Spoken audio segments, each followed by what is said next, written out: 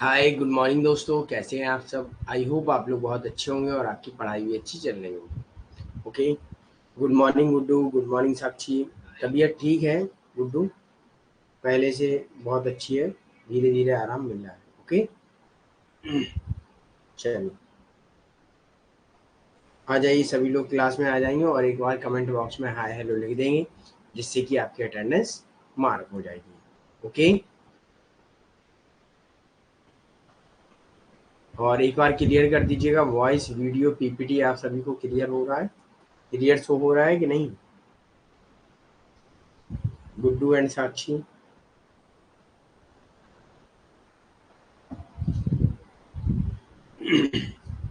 गुड्डू, 3 के बाद 4 ही आता है ना? तो 4 यूनिट होगा comparative politics. Okay. Okay, thank you. चलिए 5 मिनट वेट करेंगे, 2-3 मिनट हम लोग, उसके बाद अपने सेशन को स्टार्ट करेंगे ताकि और भी स्टूडेंट ज्वाइन हो जाएं। और अगर आपका कल के सेशन में कोई डाउट है तो आप लोग पूछ सकते हैं। और आगे जो हम लोग पढ़ेंगे मोहम्मद इकबाल के बारे में, उनको तो हम देखेंगे ही। उसमें अभी जो डाउट बनते हैं आपके क्लास में, बीच में हम आपको टाइम देते हैं, तो उस टाइम में आप लोग टॉपिक से रिलेटेड डाउट पूछिएगा। ओके। क्लास की स्टार्टिंग एवं लास्ट में जो हम टाइम देंगे, उसमें आप टॉपिक से अदर टॉपिक के डाउट भी पूछ सकते हैं। ओके। चलिए,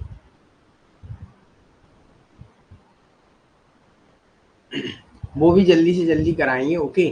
4th यूनिट में ज़्यादा समय नहीं लगेगा, 5th यूनिट में भी ज़्यादा समय नहीं लगेगा। सारी यूनिट जल्दी जल्दी से कराएंगे। Okay. Good morning Sonia. Sir, Plato ने सुकरात जो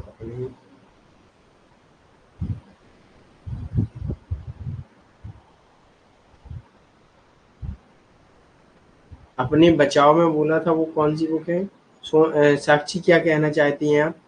good morning Pooja, good morning Karishma, good morning Pankaj.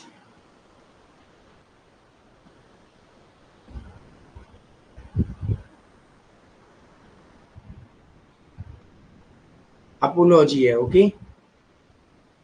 Good morning Vishwajeet.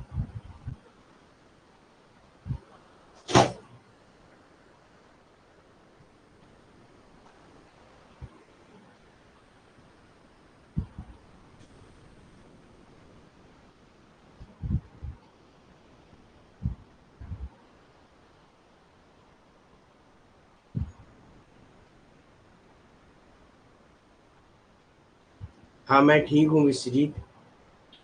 Yes Guddu, 1 minute और वेट करेंगे क्योंकि और भी स्टूडेंट हैं, उनको भी ज्वाइन कर लेने दो। ओके। उसके बाद हम लोग स्टार्ट करेंगे।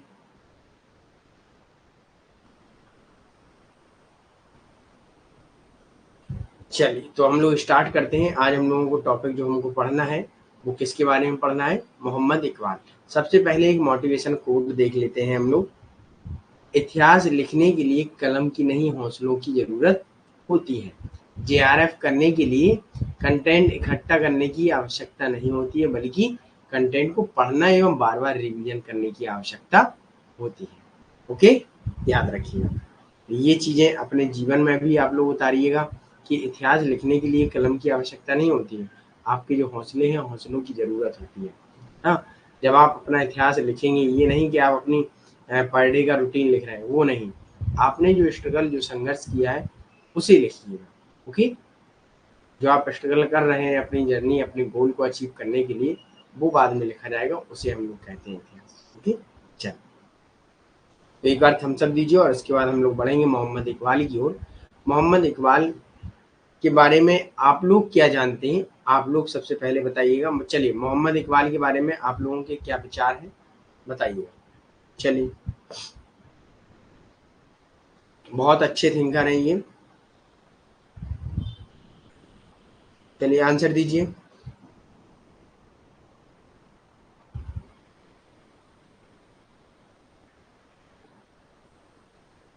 पहली बार नाम सुना है? चलिए, नाम तो सुना कम से कम, है ना? चलिए, और पुराने स्टूडेंट भी होंगे, तो उनमें से किसी को पता है मोहम्मद इकबाल?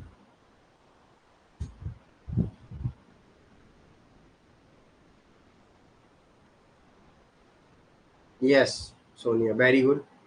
मुस्लिम समाज सुधारक थे। वेल, ओके गुड्डू, कोई बात नहीं।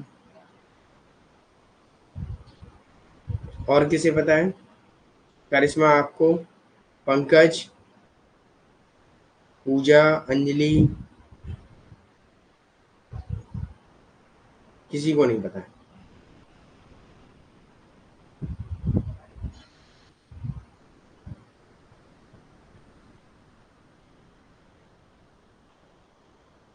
चलिए कोई बात, देख लेते हैं हम लोग।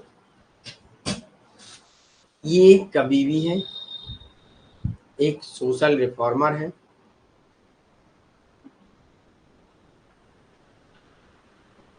एक राष्ट्रवादी भी है। ओके कोई बात नहीं।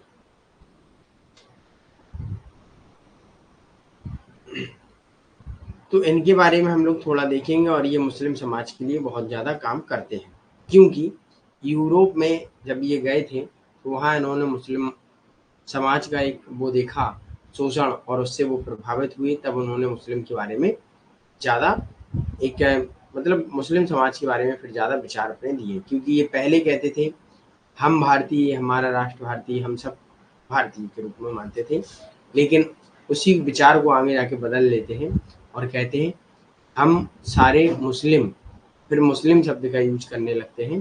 तो ऐसे ऐसे इनके विचार भी चेंज होते हैं यूरोप से लौटने के बाद, क्योंकि उन्होंने यूरोप में देखा था मुस्लिम समाज के शोषण को। ओके, इस बारे में हम लोग आगे समझेंगे और देखेंगे। और इनको हम लोग इसलिए भी पढ़ते हैं क्योंकि इन्होंने सारे जहाँ से अच्छा हिंदुस्तान हमारा ये सॉन्ग भी लिखा है भारत के लिए। तो अच्छी बातें इनके अंदर भी हैं बहुत। और कई जब देखा जाता है कोई भी समाज का या कोई भी समुदाय या किसी भी कल्चर का व्यक्ति अपने ही कल्चर के शोषण को देखता है तो उसके विचार स्वाभाविक में परिवर्तित होना। ओके, तो यहाँ हम लोग इनके बारे में समझेंगे। सबसे पहले देख लेते हैं, वो एक कवि हैं, धार्मिक, दार्शनिक, राजनीतिक विचारक भी हैं, और ब्रिटिश भारत में एक बैरिस्टर एडवोकेट के रूप में जाना जाता है इनको। जन्म इनका 9 नवंबर 1877 भारत में सियालकोट पंजाब ब्रिटिश में हुआ था, जो वर्तमान में कहाँ है? पंजाब पाकिस्तान में है। ओके, तो इन्होंने मुस्लिम के लिए पाकिस्तान बनाने की भी एक अनुरोध भी किया था, और पाकिस्तान को एक अलग राज्य भी बनाने का काम भी किया था। और पैन इस्लामिक के बारे में बात करते हैं, तो पैन इस्लामिक क्या होता है इसके बारे में अगर आप में से किसी भी स्टूडेंट को पता है तो बताइएगा। चलिए आंसर दीजिए, पैन इस्लामिक क्या है? कभी सुने हैं आप?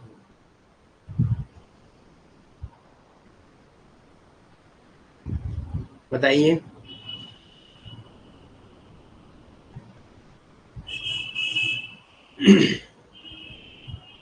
नहीं है पता? चलिए कोई बात नहीं। अगला पॉइंट याद रखिएगा, पैन इस्लाम के बारे में हम लोग आगे चर्चा करेंगे।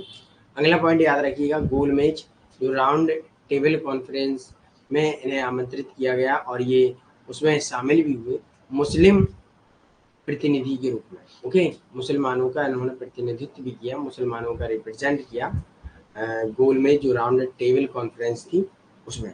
और याद रखिएगा सेकेंड एवं थर्ड राउंड टेबल में ये शामिल हुए थे। ओके, मुसलमानों के प्रतिनिधि के रूप में इन्होंने काम किया सेकेंड एवं थर्ड में, फर्स्ट में नहीं थे। ओके, ये चीज नोट कर लीजिएगा, बहुत इंपॉर्टेंट है। इन्हें पाकिस्तान का आध्यात्मिक पिता, spiritual father as now and Pakistan, हम लोग इनको किस नाम से जाना जाते हैं, किस नाम से जानते हैं? पाकिस्तान के आध्यात्मिक पिता के नाम से भी जानते हैं, क्योंकि इन्होंने पाकिस्तान को एक अलग धर्म के आधार पर मुस्लिम समाज के लिए एक अलग देश की बात की थी। Okay, yes, okay, good good. आगे बढ़ते हैं। अब यहाँ देख लेते हैं हम लोग, जैसा कि हमने आपको स्टार्टिंग में बताया था, इकबाल प्रारंभ में भारतीय देशभक्त थे, लेकिन जैसे ही वो यूरोप गए और यूरोप के देशों में मुसलमानों का शोषण देखा, मुसलमानों के खिलाफ आक्रामकता देखी, और उनके जैसे ही धार्मिक जो विचार थे वो चेंज हुए एकदम झट से, और वो धार्मिक कट्टरपंथी बन गए। धार्मिक कट्टरपंथी बनने के बाद उनका उद्देश्य क्या रहा कि मुस्लिम समुदाय जहां भी देश में कहीं भी रह रहा हो, यहाँ तक कि मुस्लिम समुदाय का कोई भी व्यक्ति कहीं भी रह रहा हो, वो सारे आपस में मिलकर एक भाई है, चाहे वो निम्न जाति का हो चाहे उच्च जाति का हो। तो कहीं ना कहीं मुस्लिम समाज में आज भी ये भावना है कि किसी भी प्रकार का कोई भी मुस्लिम चाहे जहां भी हो, वो आपस में क्या है, भाई है। ओके, तो उनका उद्देश्य क्या था, मुस्लिम समुदाय के हितों की रक्षा करना हो गया था, क्योंकि उन्होंने यूरोप में जब अत्याचार देख लिया तो उनका एक उद्देश्य ही बन गया कि मुस्लिम समाज का रक्षा करना और भारतीय मुसलमानों के लिए एक अलग राज्य की विचार को बढ़ावा देना। तो कहीं ना कहीं जो पाकिस्तान का अलग राज्य है, पाकिस्तान जो अलग राज्य है और उसकी मांग के लिए जिन्ना जिम्मेदार नहीं है। आज हम लोग मोहम्मद इकबाल को देखते हैं, ओके, पाकिस्तान के लिए। तो उन्होंने एक धर्मनिरपेक्ष भारतीय राज्य के विचार को खारिज कर दिया। अब मोहम्मद इकबाल ने क्या किया कि जो भारत को धर्मनिरपेक्ष राज्य बनाने की कोशिश हो रही थी, उस विचार को उन्होंने खारिज कर दिया। उन्होंने कहा कि मुसलमानों का प्रतिनिधित्व मुसलमान ही करेगा और उसके लिए एक अलग राज्य की स्थापना करनी होगी, जिसे हम क्या कहेंगे, पाकिस्तान। ओके, क्लियर है यहाँ तक? गुड मॉर्निंग पूजा, यहाँ तक क्लियर हुआ?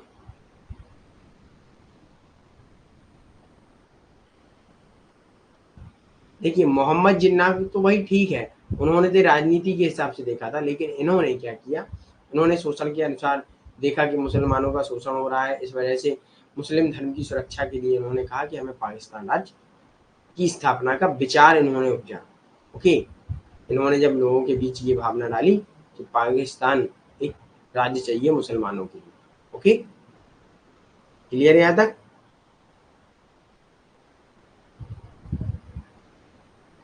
Good morning Shubham. Okay, very good. आगे देखते हैं। उनकी प्रारंभिक शिक्षा एक मतकम अर्थात धार्मिक स्कूल में हुई और बाद में अपनी माध्यमिक शिक्षा के लिए वह सियालकोट मिशन स्कूल में चले गए। फिर उसके बाद कैम्ब्रिज के ट्रिनिटी कॉलेज में फरास में तत्व मीमांसा के बारे में, मेटाफिजिक्स ऑफ पेरिस के बारे में सीखा इन्होंने और अपनी ये डॉक्टरेट पीएचडी में शोध को आगे बढ़ाया। ओके, और इकबाल को 1922 में ब्रिटिश सरकार द्वारा सर की उपाधि दी गई। अभी किसी स्टूडेंट ने कहा था तो ब्रिटिश गवर्नमेंट द्वारा इनको उपाधि दी गई थी। तो किसकी उपाधि दी गई थी? सर। ओके, कब दी गई थी? 1922। और 1930 में मुस्लिम लीग के अध्यक्ष भी बने। ये पॉइंट आपको एज इट इज याद करने हैं। ओके, एग्जाम में ऐसे ही पूछे जाएंगे। क्लियर है यहाँ तक? चलो, अगला पॉइंट है, इनकी कुछ इंपोर्टेंट पुस्तक है, इनको आप लोग बहुत ध्यान से याद रखिएगा क्योंकि ये बहुत इंपॉर्टेंट है। ओके, नंबर 1 बागे दारा या वंग ए दारा, हिंदी में पढ़ते हैं इसे। तो इनकी ये पहली उर्दू दार्शनिक काव्य पुस्तक है जिसे 1924 में लिखा गया। ओके, तराना ए हिंद, तो ये भी इनका तराना ए हिंद उर्दू भाषा में एक देशभक्ति गीत है जिसे हम लोग कहते हैं सारे जहां से अच्छा हिंदुस्तान हमारा। पहले इतने राष्ट्रवादी थे कि ये सबको एक साथ लेकर चलना चाहते थे, लेकिन जैसे ये यूरोप गए तब वहाँ के विचार चेंज हो जाते हैं। पहले ये क्या कहते थे, सारे जहां से अच्छा हिंदुस्तान हमारा, हमारा दुनिया का सबसे अच्छा देश है। और स्टार्ट करते हैं और हिंदू मुस्लिम एकता को व्यक्त करते हैं अपने तराना ए हिंद में। लेकिन यही विचार उनके आगे जाकर चेंज हो जाते हैं और फिर ये बात कहते हैं कि हम मुस्लिम हैं और हमारी पूरी दुनिया हमारा घर है। ओके, अर्थात मुस्लिम समाज का कोई व्यक्ति कहीं भी रह रहा है वो हमारा भाई है। ओके, इस प्रकार इनके विचार चेंज हो जाते हैं। अगला पॉइंट है the secret of the self. ये पुस्तक आपको बहुत इंपॉर्टेंट है, ये याद रखिएगा, the secret of the self, क्योंकि इसका नाम चेंज करके पूछ लेते हैं the secret of the life, तो ये पुस्तक है ही नहीं इनकी। The secret of the self इनकी जो पुस्तक है। ओके, 1915 में लिखते हैं, जिसका मुख्य रूप से एक व्यक्ति के धार्मिक एवं आध्यात्मिक पहलुओं पर जोर देते हैं। ओके, व्यक्ति के धार्मिक, रिलीजन एंड स्पिरिचुअल एस्पेक्ट पर ये जोर देते हैं कि व्यक्ति को कैसे एक धार्मिक एवं एक अंतरात्मा से शुद्ध बनाया जा सकता है। क्लियर है यहाँ तक? यहाँ तक सभी को क्लियर है? एक बार थम्स अप दीजिए, उसके बाद हम लोग आगे बढ़ेंगे, है ना। किसी का कोई डाउट नहीं होना चाहिए। मुनिया, शुभम, पंकज, करिश्मा, साक्षी, जोया, गुड्डू, अंजलि, कोमल, पूजा, साबा हुसैन,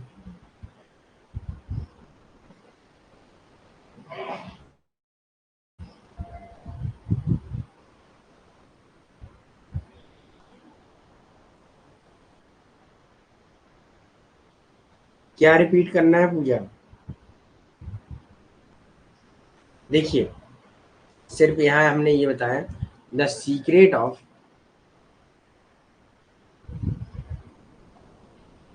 द लाइफ भी कह देते हैं तो ये पुस्तक इनकी नहीं है। The secret of the self, स्वयं का रहस्य। ओके, ये चीज याद रखना है। चलिए आगे। द सीक्रेट ऑफ सेल्फलेसनेस, ये भी पुस्तक इनकी याद रखिएगा। कुछ ऐसे ही शब्द आपको कंफ्यूज करेंगे। ओके, पुस्तक का नाम एज इट इज याद रखिएगा, एकदम क्लियर कट। तो यह पुस्तक 1918 में प्रकाशित हुई। इसमें क्या बताया गया कि एक आदर्श मुस्लिम समुदाय को बनाए रखने के लिए व्यक्ति और समाज के बीच संबंध, व्यक्ति और समाज के बीच एक अच्छे संबंध के बारे में बात करते हैं, जिससे कि एक आदर्श मुस्लिम समुदाय बनाया जा सके। ओके,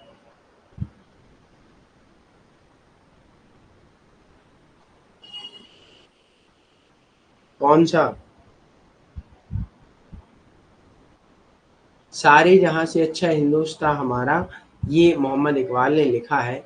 लेकिन जैसे ही वो यूरोप से वापस आते हैं, यूरोप में देखते हैं मुसलमानों का शोषण, तब उनके विचार चेंज हो जाते हैं और वही चेंज वो क्या करते हैं कि हम सब मुसलमान हैं और ये पूरी दुनिया हमारा घर है। ओके, ये चीज याद रखना है। पहले कहते थे हम भारतीय हैं, यह हमारा घर है। फिर उसके बाद विचार चेंज कर लेते हैं, हम मुस्लिम हैं और यह पूरी दुनिया हमारा घर है। ये सारी चीजें चेंज हो जाती हैं। Okay, clear? चल, अगली पुस्तक the reconstruction of religious thought in Islam 1930 1930 और जावेद नामा। ये दो पुस्तक और हैं, इनको भी याद रखिएगा। दूसरे एवं तीसरे गोलमेज में ये मुस्लिम का प्रतिनिधित्व करते हैं, मुस्लिम का रिप्रेजेंट करते हैं सेकेंड एवं थर्ड राउंड कॉन्फ्रेंस में, टेबल कॉन्फ्रेंस। Okay, clear? चले, अब क्या होता है, जैसे ही वो यूरोप से लौट कर आते हैं 1925 में, तब पंजाब विधान परिषद में वह चुनाव लड़ते हैं और चुनाव जीत भी जाते हैं। ओके, जीतने के बाद 1928 तक वो परिषद में बने रहते हैं। तो उन्होंने चुनाव भी लड़ा, राजनीति में भी आए और जैसे जैसे राजनीति में आए तो इकबाल ने 1930 में अखिल भारतीय मुस्लिम लीग में इलाहाबाद के सत्र में अध्यक्षता भी की। और अध्यक्षता करने के बाद वह भारत में दो प्रशासनिक क्षेत्रों की मांग करने लगे। मांग क्या थी कि हिंदू एवं मुस्लिम को अलग अलग, दो प्रशासनिक क्षेत्र होने चाहिए, एक हिंदू एवं मुस्लिम, अर्थात एक पाकिस्तान और एक हिंदुस्तान। ओके, इसकी बात ये करने लगे।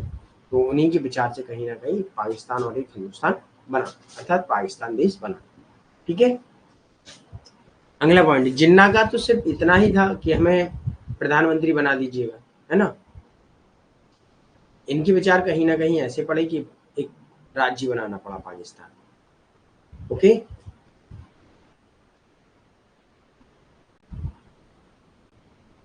अगला पॉइंट है, मोहम्मद इकबाल को आमतौर पर अल्लामा इकबाल भी कहा जाता है। तो ये इनका नाम एक और भी है, अल्लामा इकबाल। ये बहुत इम्पोर्टेंट है, के रूप में जाना जाता है, क्योंकि यह मुस्लिम समाज में और मुस्लिम समुदायों में सबसे ज्यादा होशियार थे, बुद्धिजीवियों में से एक थे, इसलिए इन्हें अल्लामा इकबाल कहा गया। ओके, याद रखिए। चलिए, रिलीजियस आइडिया, इनके धार्मिक विचार क्या है उनके बारे में हम लोग थोड़ा देख लेते हैं। उनके अंदर इस्लामिक विचार और कार्रवाई के अतीत गौरव को पुनर्जीवित करने के लिए उन्होंने क्या किया, इस्लामिक विचार को पुनर्जीवित करने के लिए पाकिस्तान के एक अलग राज्य के निर्माण की मांग करते हैं और इस्लाम के संशोधन, और पाकिस्तान को क्या बोलते हैं, पाकिस्तान को बोलते हैं इस्लाम के संशोधन एवं पुनर्निर्माण के लिए एक प्रयोगशाला है। ओके, एक लैब है, होगी, जैसा कि उनके द्वारा कल्पना की गई थी। ओके, अर्थात शरीयत कानून, उनके धर्म के अनुसार कानून अप्लाई होंगे, ये सारी चीजें उन्होंने कही। पाकिस्तान को एक मुस्लिम समुदाय के लिए क्या बोला, इस्लाम समुदाय के लिए प्रयोगशाला बोला। ओके, अगला पॉइंट है, इकबाल का मानना था कि सरकार अर्थात वह धर्म एवं सरकार को दोनों को मिलाने की बात करें, इसीलिए वो मैकियावेली की आलोचना करते हैं और मैकियावेली को शैतान का दूत कहते हैं। क्यों कहते हैं? क्योंकि आपको पता होना चाहिए मैकियावेली मॉडर्न एज से संबंधित है और मॉडर्न एज में मैकियावेली ने क्या कहा था, राज्य अपना काम करेगा और चर्च अपना धर्म से संबंधित काम करेगा, राज्य अपना पॉलिटी से संबंधित काम करेगा। लेकिन जब मोहम्मद इकबाल ने देखा और उन्होंने कहा कि सरकार धर्म पर आधारित होगी जिससे कि लोगों का ज़्यादा लगाव हो, राइट, तो उन्होंने मैकियावेली की भी आलोचना की है, मैकियावेली को शैतान का दूत कहा है, ये चीज़ नोट कर लीजिएगा, आई होप आगे होनी चाहिए। ओके, आगे हमने लिखा है इसे। उनका यह भी मत था कि एक धर्मनिरपेक्ष राज्य किसी विशेष समुदाय की सामाजिक एवं आर्थिक एवं राजनीतिक समस्याओं को हल करने में असमर्थ है। तो उनका कहने का तात्पर्य ये था कि जो धर्मनिरपेक्ष राज्य है वो किसी धर्म का सम्मान या किसी का बेइज्जत या मान लीजिएगा किसी का सम्मान या किसी को सम्मान ना करना धर्मनिरपेक्ष राज्य में होता है। मतलब किसी भी धर्म को प्रोत्साहित एवं हतोत्साहित नहीं करता है, मतलब धर्म से वो संबंधित नहीं रखता है किसी प्रकार का। ओके, इसीलिए इकबाल ने कहा कि जब धर्म से संबंधित नहीं रखेगा राज्य तो जिस उसमें जो भी समुदाय है वो कैसे काम करेंगे, राइट। तो उन्होंने धर्म को माना है इकबाल ने, उन्होंने धर्मनिरपेक्ष राज्य को नहीं माना है, उन्होंने धर्म वाले राज्य को माना है ताकि उस समुदाय की या उस धर्म की जो उसमें धर्म है उस देश में उसकी सामाजिक आर्थिक एवं राजनीतिक समस्याओं का हल किया जा सके। इसलिए मोहम्मद इकबाल धर्म को राजनीति से जोड़ने की बात करते हैं। Okay, clear. मैकियावेली के अनुसार राज्य एवं धर्म अलग होंगे, लेकिन इकबाल के अनुसार राज्य एवं धर्म दोनों साथ में होंगे। नहीं किया। ओके,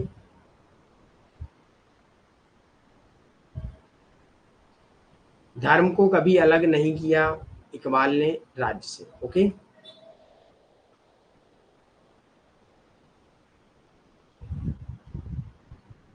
ये पढ़िएगा ना, हल करने में असमर्थ अर्थात वो धर्म को सही मानते हैं, मतलब धर्मनिरपेक्ष राज्य को नहीं मानते। अगला पॉइंट, उन्होंने लोकतंत्र अर्थात धार्मिक अधिकार के लिए राजनीतिक अधिकार की अधीनता पर आधारित राजनीतिक शक्ति की एक विशिष्ट अवधारणा विकसित करने की मांग की। उन्होंने धार्मिक आधार के लिए राजनीतिक अधिकार की अधीनता पर आधारित राजनीतिक शक्ति की एक विशिष्ट अवधारणा की मांग की, अर्थात राजनीति में धर्म आवश्यक है। Okay, clear. Yes Sonia, pan Islam में सभी मुस्लिम में एकता करना। यस मुस्लिम राज्य को मानना है। चलिए, ये पॉइंट याद रखिएगा। जैसा कि हमने आपको स्टार्टिंग में बताया था, शैतान का दूत कहा है मैकियावेली को, अभी बताया हमने, क्योंकि मैकियावेली ने धर्म एवं राज्य के बीच अंतर किया है कि मैकियावेली मॉडर्न एज से संबंधित थे। अगर आपको याद हो प्लेटो अरस्तु है ना, उसमें क्या था कि राज्य के प्रति आप कोई कार्रवाई नहीं कर सकते थे, जो भी आदेश है वो ईश्वर की इच्छा के अनुसार है, व्यक्ति दास है तो वो दासी बना रहेगा। प्लेटो की शरण में अरस्तु की शरण में जब आता है, अरस्तु दास की व्याख्या करते हैं, स्लेवरी की व्याख्या एक्सप्लेन करते हैं कि भाई कैसे क्या होना चाहिए दास को और वो कैसे होशियार हो सकता है, उसके बारे में बताते हैं। धीरे धीरे दासता खत्म होती है, तब मॉडर्न एज में जाके दासता समाप्त हो जाती है। ओके, वह धर्म तंत्र को स्वीकार करते हैं, एक्सेप्टेड थ्योरीक्रेसी अर्थात धर्म तंत्र को स्वीकार भी किया। ओके, जीवन के प्रत्येक पहलू में वो संपूर्ण शासन शरीयत कानून को अर्थात इस्लाम के कानून के नियम को लागू करते हैं। शरीयत का कानून क्या है, ये हमने आपको होमवर्क दिया था शायद, तो शरीयत क्या होता है इसके बारे में आप लोग बताइए। चलिए आंसर कीजिएगा, शरीयत क्या है।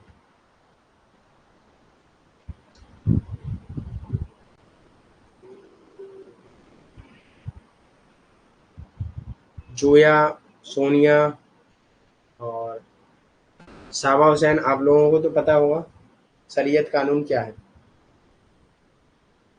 और आप लोगों में से किसी भी स्टूडेंट ने अगर पढ़ा होगा, थोड़ा बहुत सर्च किया होगा तो आपको पता होगा। नहीं है पता,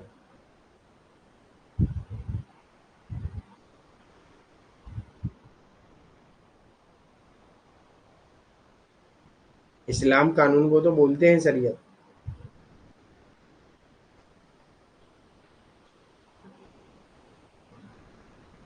यस यस, चलिए, ओके, वेरी गुड। इस्लाम की कानून को ही बोलते हैं हम लोग शरीयत, लेकिन शरीयत क्या है? तो इस्लाम धर्म में भी ये माना जाता है कि जो शरीयत है वो किससे आया है? वो ईश्वर से आया है, अल्लाह के द्वारा नियम बनाए गए हैं शरीयत के, इसीलिए हमें शरीयत को मानना होगा। ओके, तो अल्लाह द्वारा दिए गए नियम ही है शरीयत, जिसमें किसी प्रकार का शरीयत का विरोध नहीं किया जा सकता। ओके, अच्छा, अब आपको बताना है जवाबित के बारे में कौन सा थिंकर बात करता है।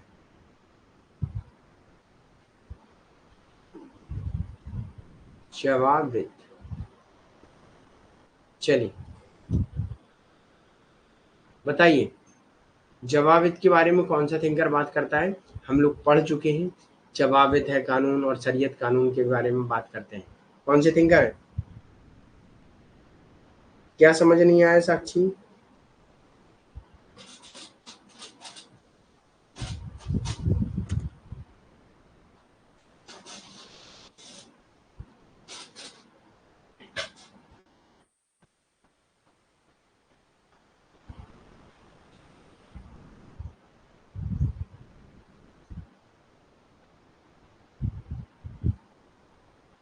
चलिए, ओके, वेरी गुड, बर्ली। तो शरीयत समझ में नहीं आया साक्षी, है ना? अच्छा, मान लीजिएगा जैसे कि आपके धर्म में, हिंदू धर्म में, हम लोग कहते हैं ये ईश्वर के नियम है। कोई भी अगर मान के चलिएगा कि आपके लिए नैतिकता क्या है ना, या मान लीजिएगा बाइबल क्रिश्चियन के लिए क्या है? ईश्वर द्वारा दिए गए नियम है ना बाइबल में, कि ईश्वर कहता है आप अच्छे काम करिएगा। देखिए, हर धर्म यही बताता है कि आप अनुशासित रहिएगा, ईश्वर द्वारा जो नियम दिए गए हैं उनको उनका पालन करिएगा, और किसी भी व्यक्ति का हनन या शोषण मत करिएगा, है ना? किसी भी व्यक्ति को सताइएगा मत। यही सारे धर्मों के नियम एवं कानून कहते हैं। ऐसा ही शरीयत एक कानून है, और जिसमें मुस्लिम समाज ये मानता है कि ये ईश्वर अर्थात अल्लाह द्वारा दिए गए नियम हैं, जिनका हम लोग पालन करेंगे। इनका मतलब ये है अनुशासित रहना, किसी भी व्यक्ति का शोषण ना करना, अपने आप को अच्छा बनाना, यही उनके नियम है। ओके, और इन नियमों को इनके अनुसार चेंज नहीं किया जा सकता है। Okay, clear? हाँ, जैसे रामायण, गीता, ओके, मान सकते हैं, ठीक है, लेकिन उनमें कोई नियम नहीं है, वो हमारे क्या है? कथाएं हैं, ग्रंथ। ग्रंथ तो नहीं है, कथाएं हैं, ये इनके कानून है। ओके, सीधा सा याद रखिएगा, ये इस्लाम का एक कानून या नियमों की एक पुस्तक है, जो अल्लाह द्वारा दिए गए नियमों को दर्शाती है। Okay, clear? जिसे हम लोग शरीयत कहते हैं। चलिए, अब अगला पॉइंट है, इकबाल मसऊदी पाकिस्तान का जनक बन गए हैं क्योंकि पंजाब, उत्तर पश्चिम फ्रंटियर प्रांत, सिंध और बलूचिस्तान को मिलाकर एक राज्य बनाने की अपील वाले पहले व्यक्ति थे। अब हम लोग जियाउद्दीन जिन्ना के बारे में क्यों बात नहीं कहते थे? क्योंकि जिन्ना तो बस सिर्फ राज्य करना चाहते थे, पॉलिटिकल आना चाहते थे, लेकिन इकबाल ने सीधा बताया था कि यह पंजाब, उत्तर पश्चिम फ्रंटियर प्रांत, सिंध एवं बलूचिस्तान को मिलाकर एक राज्य बनाने की अपील करने वाले पहले व्यक्ति थे, जिन्हें हम लोगों ने पाकिस्तान का जनक कहा है। तो फादर ऑफ पाकिस्तान हम लोग मोहम्मद इकबाल को मानते हैं। ओके, क्लियर है यहाँ तक?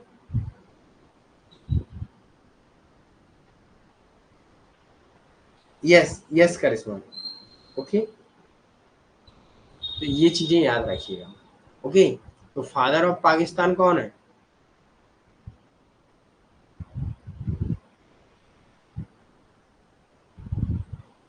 Mohammad Iqbal. Okay, yes, very good. अब इनके कुछ हम लोग व्यू देख लेते हैं, नेशनलिज्म अर्थात राष्ट्रीयतावाद पर कुछ इनके विचार है, कुछ इनके व्यू हैं, तो उनको भी हम लोग देख लेते हैं। राष्ट्रवाद कहते हैं, राष्ट्रवाद एक ऐसी धारणा मानी जाती है जिस पर इकबाल के विचार व्यापक रूप से भिन्नता स्पष्ट करते हैं। क्या करते हैं? 1905 में यूरोप में जाने के बाद भारतीय राष्ट्रवाद में विश्वास करते थे।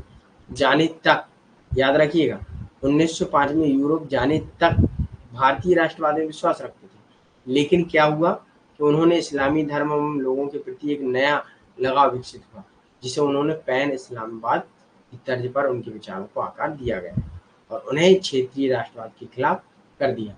अब पैन इस्लाम क्या है? पैन इस्लाम अर्थात पूरे विश्व में जहां भी मुस्लिम रह रहा है उसकी बात करते हैं। पहले वो क्षेत्रीय राष्ट्रवाद अर्थात एक टेरिटरी के बारे में बात करते थे, लेकिन अब होल मतलब पूरा वर्ल्ड में बात करते हैं, अंतरराष्ट्रीय, राष्ट्रीय, ओके, अंतरराष्ट्रीय बात करते हैं, वैश्विक स्तर पर। पहले क्षेत्रीय था, अब वैश्विक हो गया उनका विचार, ओके। पैन इस्लामिक क्या होता है? पूरी दुनिया में रहने वाले मुस्लिम एक है, ओके, क्लियर। अगला पॉइंट, इस्लामी सार्वभौमिकता अर्थात यूनिवर्सलिज्म एंड इस्लामी पुनर्जागरण नेशनलिज्म, उनके बारे में वह राष्ट्रवाद की क्षेत्रीय एवं नेशनली अवधारणा की निंदा करने का मुख्य कारण थे। उन्होंने सार्वभौमिकता एवं पुनर्जागरण के लिए भी काम किया मुसलमानों की नस्ल के लिए, और उनकी निंदा भी करते हैं कि राष्ट्रवाद के क्षेत्रीय कारण के लिए वो लड़ते हैं, ओके। अगला पॉइंट है, वो तर्क भी देते हैं कि इस्लामी समुदाय एक राष्ट्र राज्य नहीं है बल्कि राष्ट्रों का एक संघ है। इस्लामी समुदाय एक राष्ट्र राज्य नहीं है बल्कि राष्ट्रों का एक संघ है, और इसका सबसे महत्वपूर्ण उद्देश्य जाति, पंथ, रंग, आर्थिक स्थिति के मानव निर्मित भेदों को ध्वस्त करना। इस प्रकार मानव मुक्ति का मार्ग प्रशस्त होगा। मतलब ये है कि पैन इस्लाम में किसी भी जाति, रंग, भेद, किसी भी प्रकार का हम लोग भेदभाव नहीं करेंगे मुस्लिम के प्रति, ओके। मुस्लिम समुदाय के प्रति किसी प्रकार का भेदभाव नहीं होगा। अगर वो गरीब है तो उसको हम मदद करेंगे और उसको भी हम लोग अपने स्तर में लाएंगे। मतलब एक दूसरे की मदद करना, चाहे आप जानते हो या ना जानते हो मुस्लिम को। अगर वो मुस्लिम धर्म से संबंधित है उसकी मदद करना। माना जाता है मुस्लिम धर्म में एकता बहुत अच्छी है, ओके।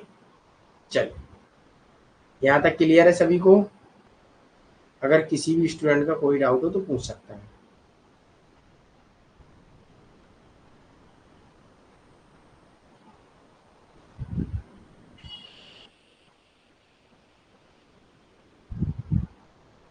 Okay, very good. चलिए आगे बढ़ते हैं। राष्ट्रवाद के प्रति उनका प्रेम, उनकी शुरुआती काव्य में अगर हम देखें तो हम भारतीय हैं। उन्होंने राष्ट्रवाद की जब पहली काव्य लिखी तो उसमें सबसे पहले उनके विचार ये थे कि हम भारतीय हैं, भारत हमारी मातृभूमि है। ये इतनी बात कही, और जब यूरोप से वापस आए तो उन्होंने अपने विचार चेंज कर लिए। क्या कर लिए? हम मुस्लिम हैं और सारी दुनिया हमारी मातृभूमि है, तक स्पष्ट रूप से दिखाई देते हैं। एक जबरदस्त बदलाव किया अपने विचारों में उन्होंने। फिर राष्ट्रवाद के आलोचक के रूप में काफी स्पष्ट हो गए थे। तब उन्होंने राष्ट्रवाद का आलोचना की है और आलोचक भी बन गए। और फिर उन्होंने विश्व की सार्वभौमिकता के बारे में बात करते हैं, यूनिवर्सलिज्म, ओके, क्लियर है यहाँ तक? तो कैसे उनके विचार बदले एकदम से। उन्होंने जैसे ही मुसलमानों का शोषण एवं आक्रामक रूप देखा उनके ऊपर, यूरोप के देश में, यूरोप में उन्होंने मुस्लिम के ऊपर एक आक्रामक रूप से व्यवहार देखा, उनके विचार चेंज हो गए। क्लियर?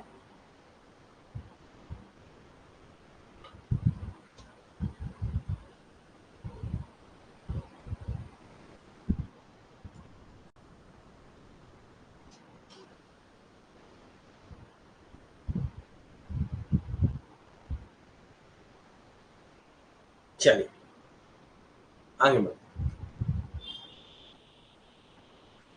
अब उन्होंने दो राष्ट्र के बारे में बात करते हैं। पहला, भारतीय राष्ट्रवाद के परिणाम स्वरूप मुसलमानों पर हिंदुओं का वर्चस्व होगा क्योंकि उनकी संख्या अधिक है।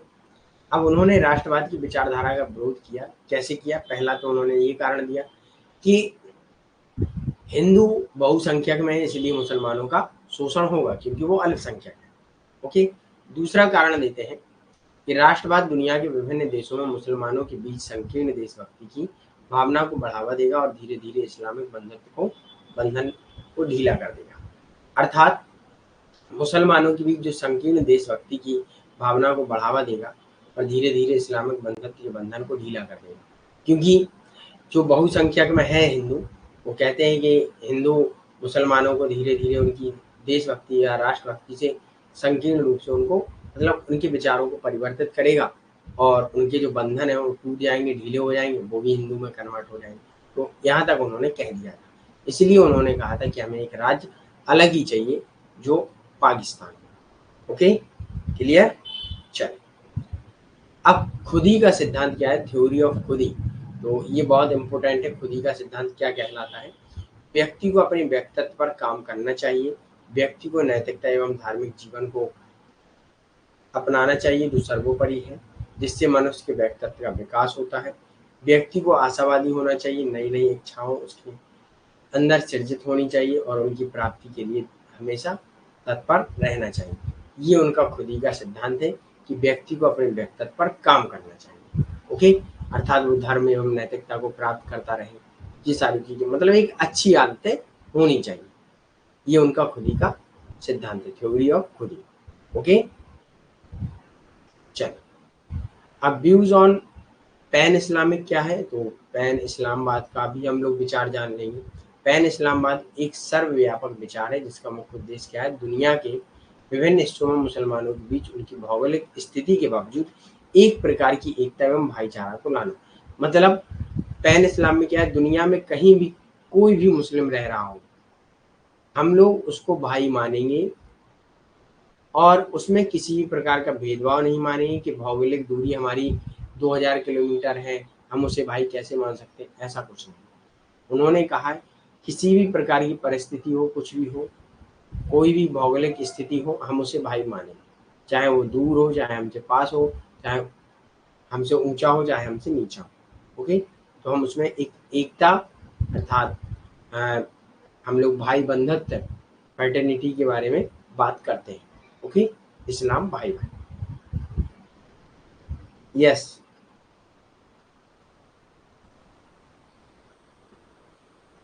चलिए अगला पॉइंट है, उन्होंने मानवतावादी धारणा के रूप में पैन इस्लाम को अपनाने के लिए तर्क दिया क्योंकि यह क्षेत्रीय राष्ट्रवाद के स्थान पर नस्ल, जाति, भूगोल या अन्य भौतिकवादी बाधाओं के रूप में बाधाओं की निंदा करते हैं। सीधी सी बात इतना याद रखिएगा, इन्होंने मुस्लिम धर्म को भी एक मानवता अर्थात नैतिकता के बारे में शिक्षा देते हैं।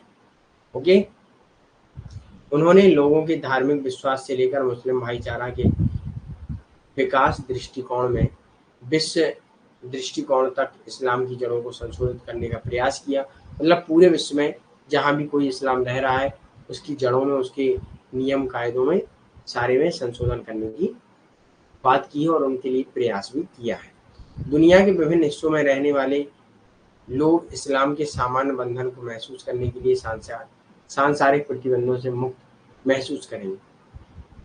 दुनिया में कहीं भी कोई भी मुस्लिम रह रहा है, अगर हम उससे भाई का संबंध रखेंगे तो वो किसी भी प्रकार के जो प्रतिबंध होंगे उन सबको मुक्ति से महसूस करेगा, अर्थात अपने आप को स्वतंत्र महसूस करेगा। Okay, clear. चल, यहाँ तक क्लियर है सभी को? एक बार कंफर्म कर दीजिएगा।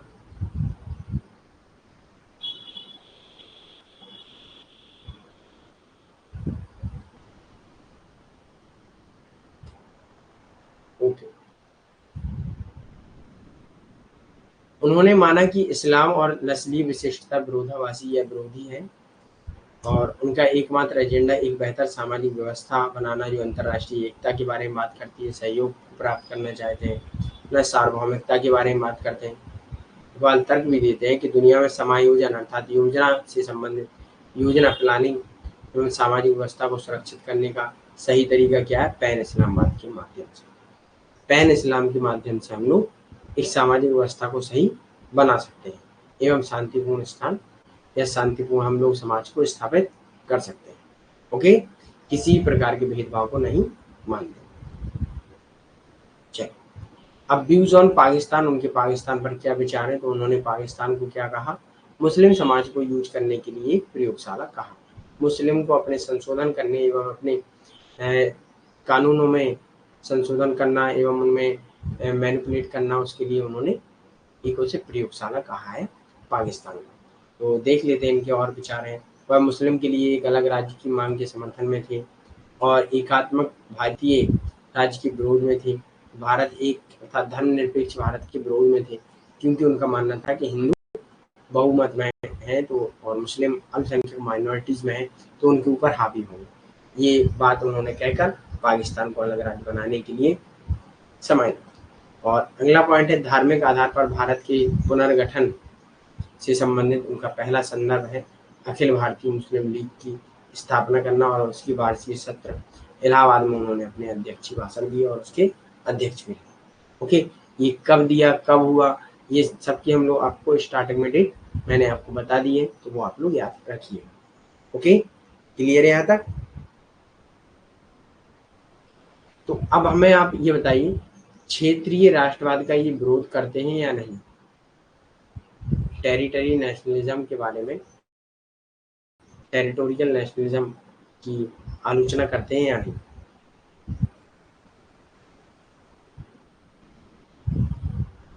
पाकिस्तान को इस्लाम धर्म को उपयोग करने के लिए एक प्रयोगशाला बोला, ओके, जिसमें वो अपने कानूनों से संबंधित अपने नियम कानून बनाएंगे और एक्सपेरिमेंट करेंगे, उसको लैब बोल दिया उन्होंने। ओके, चलिए, क्षेत्रीय राष्ट्रवाद का ये समर्थन करते हैं या विरोध करते हैं?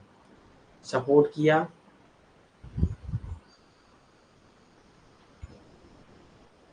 चलिए, सपोर्ट किया कि नहीं किया, विरोध करते हैं कि नहीं करते हैं, बताइए। समर्थन किया या विरोध किया? तो विरोध करते हैं। ओके, क्षेत्रीय राष्ट्रवाद का ये क्या करते हैं? विरोध। ओके,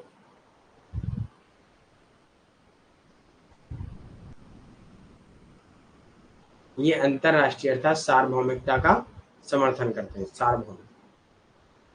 ओके, इसका इन्होंने समर्थन किया। क्लियर, ये चीज याद रखिए। चलिए आगे देखते हैं। इकबाल केवल देश का पुनर्गठन चाहते थे, ना कि विभाजन। एक चीज याद रखिएगा, इन्होंने कभी भी विभाजन की बात नहीं की, इन्होंने सिर्फ पुनर्गठन की बात की है, अर्थात एक आप रीऑर्गेनाइज कर दीजिएगा कि मुस्लिम के लिए अलग एक राज्य बना दीजिएगा, हिंदू के लिए एक अलग, सिर्फ आप पुनर्गठन करिएगा, विभाजन नहीं, पार्टीशन नहीं। तो आपको ये चीज याद रखना है, इन्होंने कभी भी पार्टीशन की बात नहीं की है, विभाजन की बात नहीं की है। Okay, clear. अगला पॉइंट है साइमन कमीशन एवं नेहरू कमेटी की जो रिपोर्ट थी उसकी उन्होंने आलोचना की है, जिसके लिए अंततः इकबाल द्वारा प्रस्तावित समेकित उत्तर पश्चिम भारतीय मुस्लिम राज्य के निर्माण की मांग को खारिज कर दिया था। ठीक है, ये चीज याद रखिएगा कि उत्तर पश्चिम भारतीय मुस्लिम राज्य को निर्माण की मांग को खारिज करते हैं इकबाल द्वारा। जो इकबाल ने प्रस्ताव दिया था कि एक भारतीय मुस्लिम राज्य का निर्माण कर देना चाहिए, तो साइमन कमीशन एवं नेहरू कमेटी को जो रिपोर्ट दी थी कि भाई एक पाकिस्तान राज्य का निर्माण कर देना चाहिए, तो इसको इन्होंने नकार दिया था, इसलिए वो साइमन कमीशन एवं नेहरू कमेटी की रिपोर्ट की आलोचना करते हैं। इसके अलावा समकालीन अर्थात प्रेजेंट टाइम में राजनीतिक प्रक्रिया में उनका बहुत योगदान रहा है, विरोधाभासों एवं विसंगतियों से भरा रहा था, लेकिन उनकी जो काव्य, उनकी जो पुस्तक है रचनात्मक क्षेत्र में कहीं अधिक स्थायी है। ओके, इन्होंने बहुत अच्छा प्रभाव डाला भारतीय राजनीति पर। ओके, लेकिन कहीं ना कहीं कभी देखिए, विचारक क्या होते हैं, विचार तो उसके अच्छे होते हैं, ठीक है, पाकिस्तान के लिए उनका विचार ठीक था, लेकिन उसका यूज आज के टाइम में कैसा हो रहा है, वो गलत हो रहा है। ये अगर आज मोहम्मद इकबाल जिंदा होते तो यही कहते कि इसे पाकिस्तान को मिटा देना चाहिए, ठीक है, क्योंकि चीजें हर कोई विचारक अच्छे के लिए चाहता है, लेकिन उनका उपयोग गलत हो जाता है। जैसे प्रेजेंट टाइम में मोबाइल आया, अच्छे के लिए आया, लेकिन हर कोई फ्रॉड कर रहा है, हर कोई नहीं, मतलब कई लोग फ्रॉड भी कर रहे हैं, कई लोग यूज भी कर रहे हैं। स्टूडेंट कभी कभी पढ़ाई में करता है यूज, कोई कोई स्टूडेंट उसका गलत भी यूज करते हैं, मिस यूज भी करते हैं, है ना। तो चीजें हरदम अच्छे के लिए सोची जाती हैं, लेकिन उनका मिस यूज होने लगता है। ओके, चलिए, तो यहाँ हमारा सेशन आज का समाप्त रहेगा। और अब किसी भी स्टूडेंट का अगर कोई भी डाउट हो तो बताइएगा। तो अब आपको बताना है मोहम्मद इकबाल को सर की उपाधि किसने दी और कब दी? चलिए बताइए।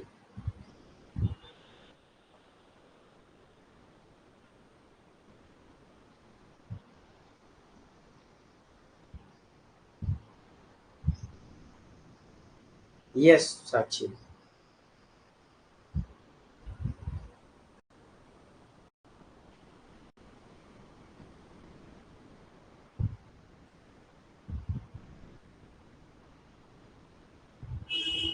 नाम भी बताना है बेटे, सरकार में किस राजा ने दी, राजा का नाम बताना है। 1922 नहीं है, 1923 है। और किंग जॉर्ज फिफ्थ ने दी है इनको। ओके, किंग जॉर्ज फिफ्थ ने 1923 में इसे इनको सर की उपाधि दी है। ओके, याद रखिए। यहाँ तक क्लियर। अब किसी भी स्टूडेंट का अगर कोई भी डाउट हो, टॉपिक से रिलेटेड हो या टॉपिक से हटके भी हो, तो आप लोग पूछ सकते हैं। ओके, 1922 कहाँ है देखिए साक्षी, देख लेते हैं हम भी।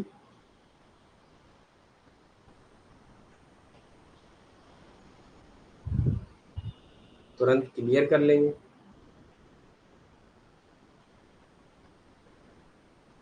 हाँ, 1922। रुकिए, मैं अभी हाल इसे थोड़ा कंफर्म कर देता हूँ। ओके, 1922 है तो 1923 है।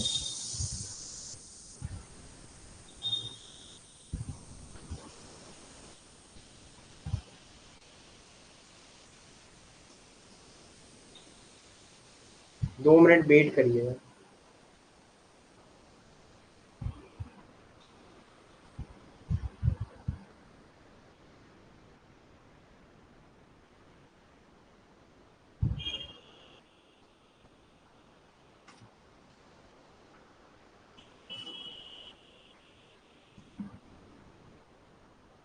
खुद ही सिद्धांत क्या है, वही है कि व्यक्ति को मानव बनाने की बात करते हैं बस, और कुछ नहीं है। देख लीजिएगा एक बार।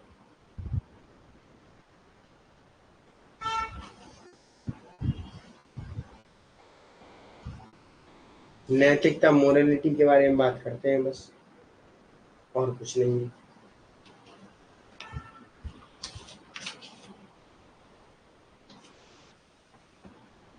1922 1923 दोनों कंफ्यूजन है। अभी आप 2 मिनट वेट करिएगा, मैं इसे पूरा क्लियर ही कर लेता हूँ। ओके,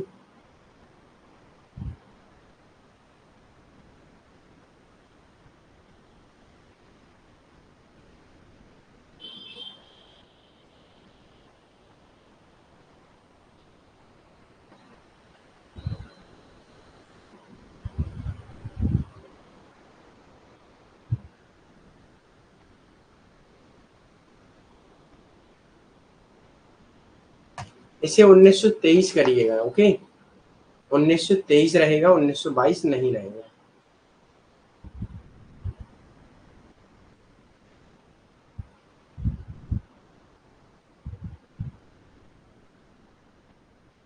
1923 कर लीजिएगा। ओके, क्लियर है यहाँ तक सभी को।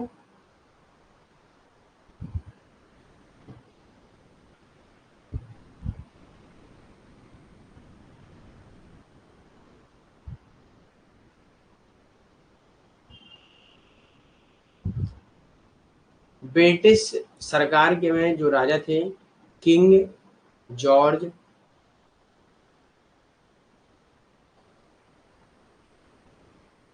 फिफ्थ, पांचवें राजा थे किंग जॉर्ज फिफ्थ, हिंदी में जॉर्ज। ओके,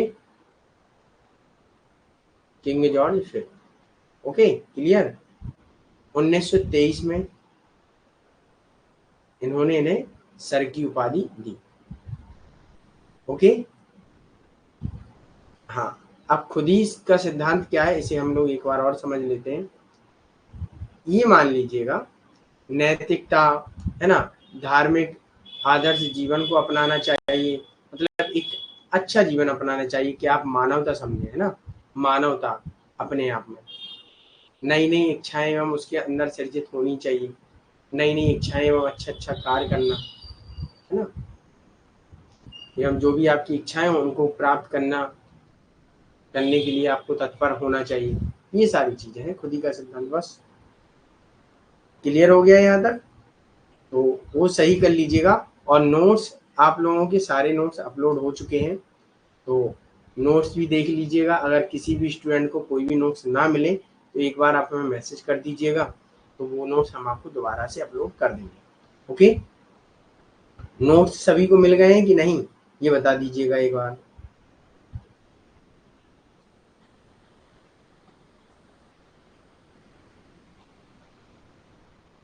अरे भाई,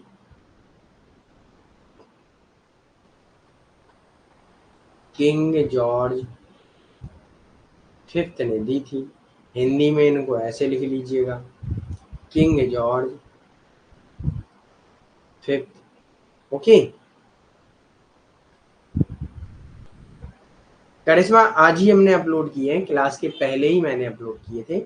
ओके, क्वेश्चन कौन से चाहिए निर्मला?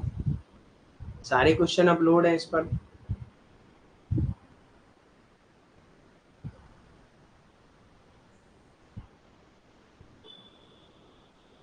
ओके,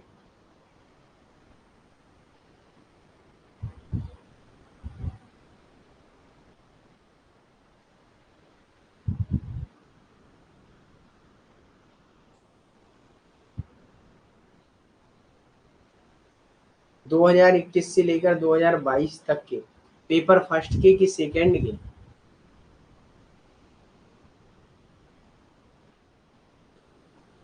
इनके लिए आपको क्या करना पड़ेगा, इनके लिए आप या फिर बुक खरीद लीजिएगा। ठीक है, यूथ पब्लिकेशन का आता है, उसे आप खरीद लीजिएगा, उसमें एक्सप्लेन भी किया होगा।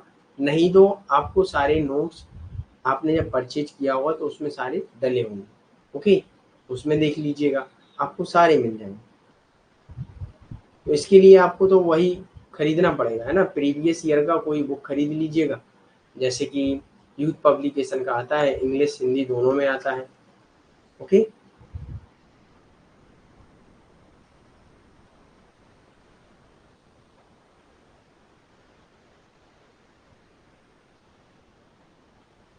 चलिए, और किसी स्टूडेंट का कोई डाउट?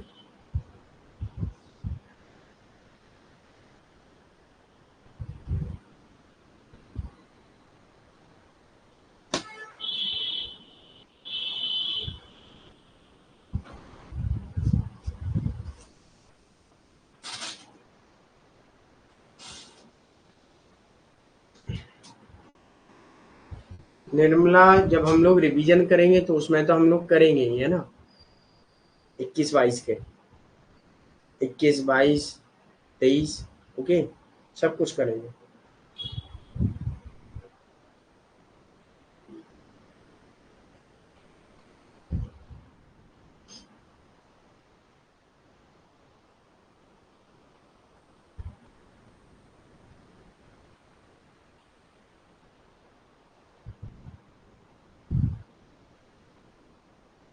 अभी ये तो आपको आपस में ही पूछ लीजिएगा, जिसके पास होंगे वो आपको भेज देगा, है ना। चलो, okay, most welcome all of you and thank you for today session watch. आपको जो भी डाउट हो तो आप लोग ग्रुप में भी पूछ सकते हैं, और ऐप पर आपको चैट बॉक्स खुला है 24 घंटे, तो उस पर भी पूछ सकते हैं। और जब हम लोग इवनिंग में क्लास लेंगे तो उसमें भी आप लोग पूछ सकते हैं। ओके, और जो भी न्यू स्टूडेंट हैं वो क्लासेस देखते रहिएगा, सारी क्लासेस समाप्त कर लीजिएगा अपनी, जो भी रिकॉर्डेड हैं, जो भी आपकी छूट गई हैं, नए या पुराने स्टूडेंट जो भी हैं सब देख लीजिएगा, क्योंकि जब रिवीजन होगा तब हम कुछ नहीं सुनेंगे, है ना।